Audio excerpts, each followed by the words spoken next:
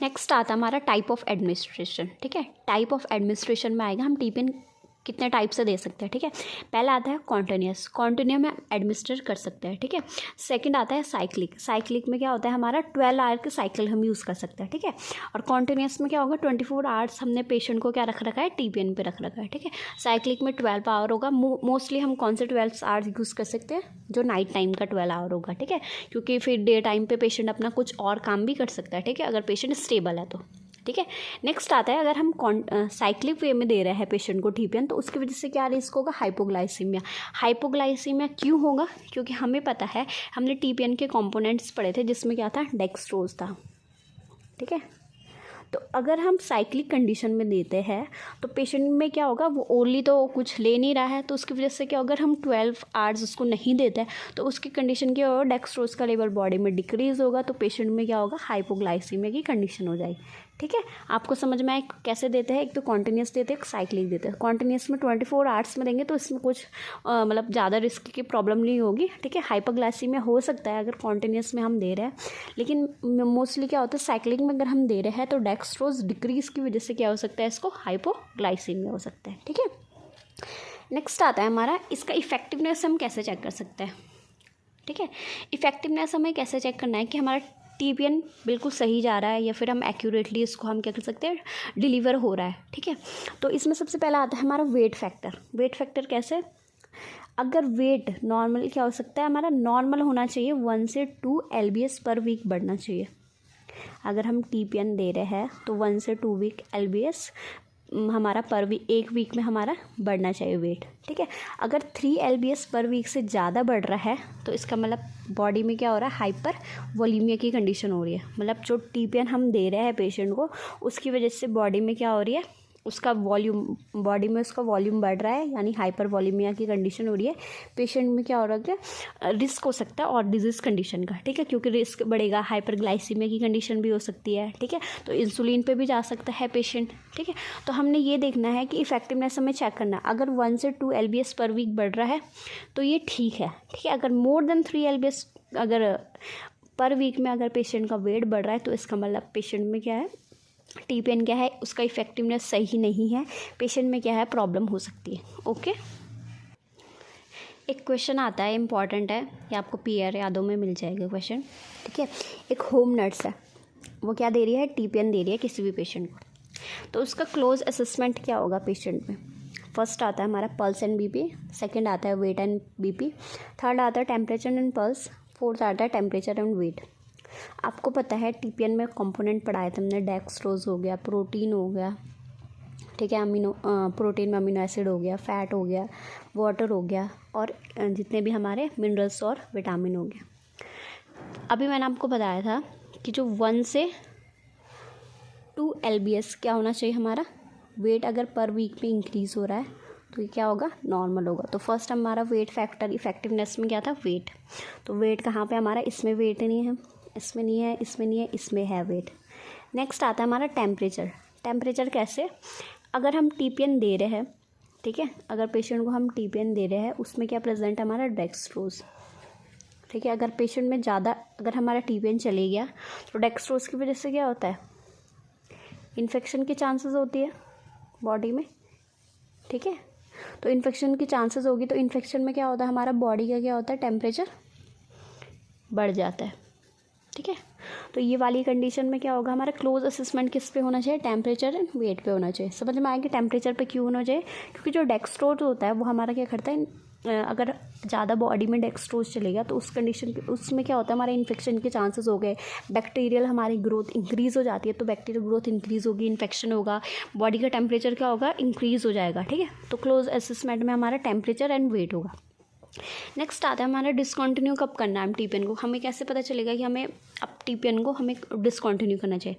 सबसे पहले हमने कैसे करना है डिसकंटिन्यू, ग्रेजुअली हमने जो रेट मैंने आपको बताया था वो हमने ग्रेजुअली करना है। ठीक है, ग्रेजुअली मतलब धीरे धीरे से करना है रेट, ऐसे नहीं कि हमें मतलब सडनली हमने उसको डिक्रीज़ कर दिया, पूरा बंद ही कर दिया टीपीएन को, ऐसे नहीं करना।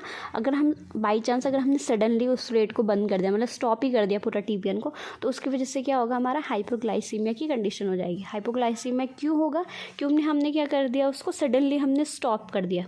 ठीक है। तो पेशेंट की बॉडी में क्या होगा, पहले तो डेक्सट्रोज की मात्रा बढ़ी हुई थी, अब हमने सडनली कम कर दिया तो डेक्सट्रोज कम हो जाएगा, तो हाइपोग्लाइसीमिया की कंडीशन हो जाएगी। ठीक है। नेक्स्ट आता है, अगर पेशेंट अब ओरली थोड़ा थोड़ा करके स्टार्ट कर रहा है लेना, ठीक है, ओरली उसने अब इनटेक करना स्टार्ट कर दिया, तो जब ओरली वो इनटेक करना स्टार्ट कर दिया तो हम डिसकंटिन्यू कर सकते हैं टीपीएन को, और हमने कभी भी मतलब ग्रेजुअली करना है, हमने सडनली हमने क्या करना है, स्टॉप नहीं करना। समझ में आ गया आपको। नेक्स्ट एक इम्पॉर्टेंट क्वेश्चन आता है, नर्स क्या कर रही है, पेशेंट का वेट असेस कर रही है, ठीक है, और वेट कितना मिला हमें, 5 LBS पर वीक मिला है पेशेंट का वेट। ओके, फर्स्ट ऑप्शन है, तो इसमें क्या असेसमेंट करेगी मतलब पेशेंट में क्या असेसमेंट करेगी नर्स, ठीक है, बीपी उसका कम होगा, पॉलीयूरिया होगा पेशेंट में, क्रैकल्स होंगे अस्कल्टेशन में, या फिर वीक पल्स होगी। हमने पढ़ा था जब टीपीएन हम पेशेंट को देते हैं तो कितना होना चाहिए, 1 से 2 LBS पर वीक होना चाहिए, कि हमारा नॉर्मल है। अगर 3 LBS से ज़्यादा हो रहा है तो इसका मतलब पेशेंट में क्या हो रहा है, हाइपर वॉलीमिया की कंडीशन हो रही है। हाइपर वॉलीमिया मतलब जो पेशेंट का प्लाज्मा का वॉल्यूम है वो बढ़ जाएगा, तो उसकी वजह से क्या होगा पेशेंट में, ये हमारा पल्मोनरी सर्कुलेशन में भी चले जाएगा, ठीक है, पल्मोनरी सर्कुलेशन में जाएगा तो उसकी वजह से क्या होगा, क्रैकल साउंड आएंगे, क्योंकि वहाँ पे क्या हो रहा है, हमारा पर साउंड होंगे हमारे लंग्स में, ठीक है, तो अस्कल्टेशन के टाइम पे क्या होंगे, क्रैकल्स होंगे। आपको समझ में आया। नेक्स्ट आता है, टीपीएन के बाद कौन कौन सी कॉम्प्लिकेशन होती है, ठीक है, तो कॉम्प्लिकेशन में हमारा आता है जैसे न्यूमोथोरैक्स हो गया, एयर एम्बोलिज्म हो गया, ये मोस्ट कॉमन है, इंपॉर्टेंट पूछा जाता है कि मोस्ट कॉमन जो हमारा कॉम्प्लिकेशन होता है आफ्टर टीपीएन कौन सा होता है, ठीक है, हाइपर वॉलीमिया हो गया, हाइपोग्लाइसीमिया हो गया, हाइपरग्लाइसीमिया हो गया, ठीक है। सबसे पहला आता है न्यूमोथोरैक्स। न्यूमोथोरैक्स कैसे हो सकता है, आप बताइए, न्यूमोथोरैक्स कैसे कैसे हो सकता है, ठीक है। तो न्यूमोथोरैक्स में क्या ऐसे होगा हमारा, जैसे अगर हम, क्योंकि इसमें हम प्रिक कर रहे हैं सेंट्रल वेन को, हमने पढ़ा था जब हम कैथेटर यूज़ करते हैं, सेंट्रल वेन यूज़ करते हैं, तो अगर हम प्रिक कर रहे हैं सेंट्रल वेन को, तो उसकी अगर वो अनसक्सेसफुल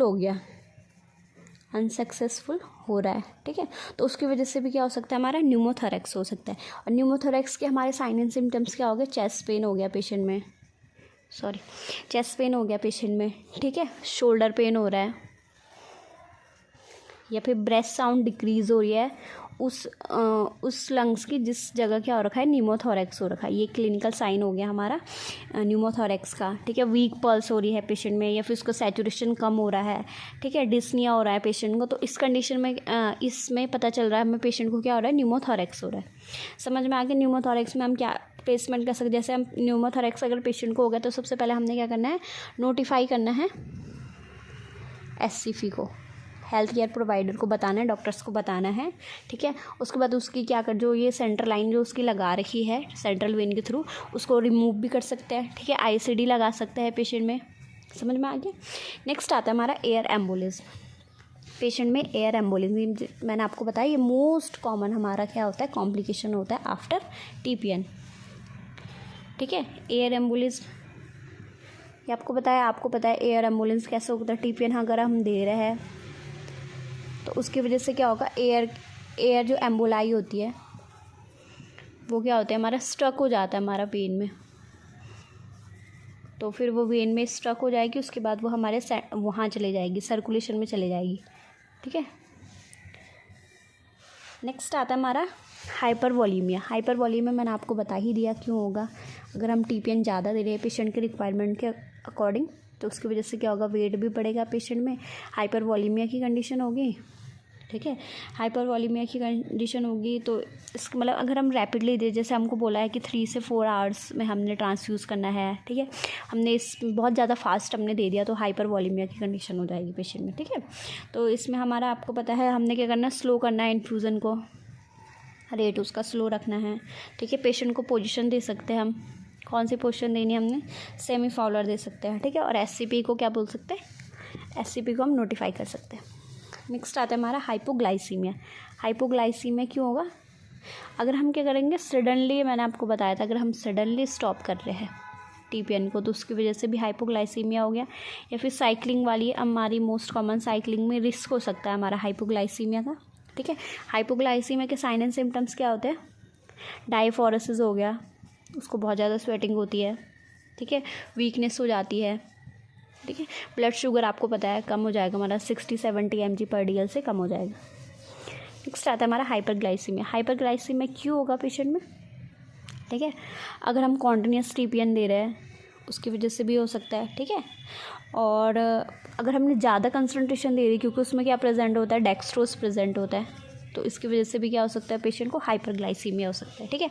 तो हाइपरग्लाइसीमिया में हमारा क्या होता है, ब्लड ग्लूकोज अगर हमारा 200 mg/dl से ज़्यादा हो गया तो उसकी वजह से हो सकता है, ठीक है। पेशेंट को पॉलीयूरिया हो रहा है, ठीक है, ये कंडीशन होगी, ठीक है। तो हमने क्या करना है, स्लो करना है रेट को, नोटिफाई करना है SCP को, या फिर हम इंसुलिन वगैरह भी दे सकते हैं, ठीक है। अगर हाइपरग्लाइसीमिया है तो इंसुलिन वगैरह भी एज प्रिस्क्राइब बाय डॉक्टर। समझ में आ गया आपको TPN से, ठीक है।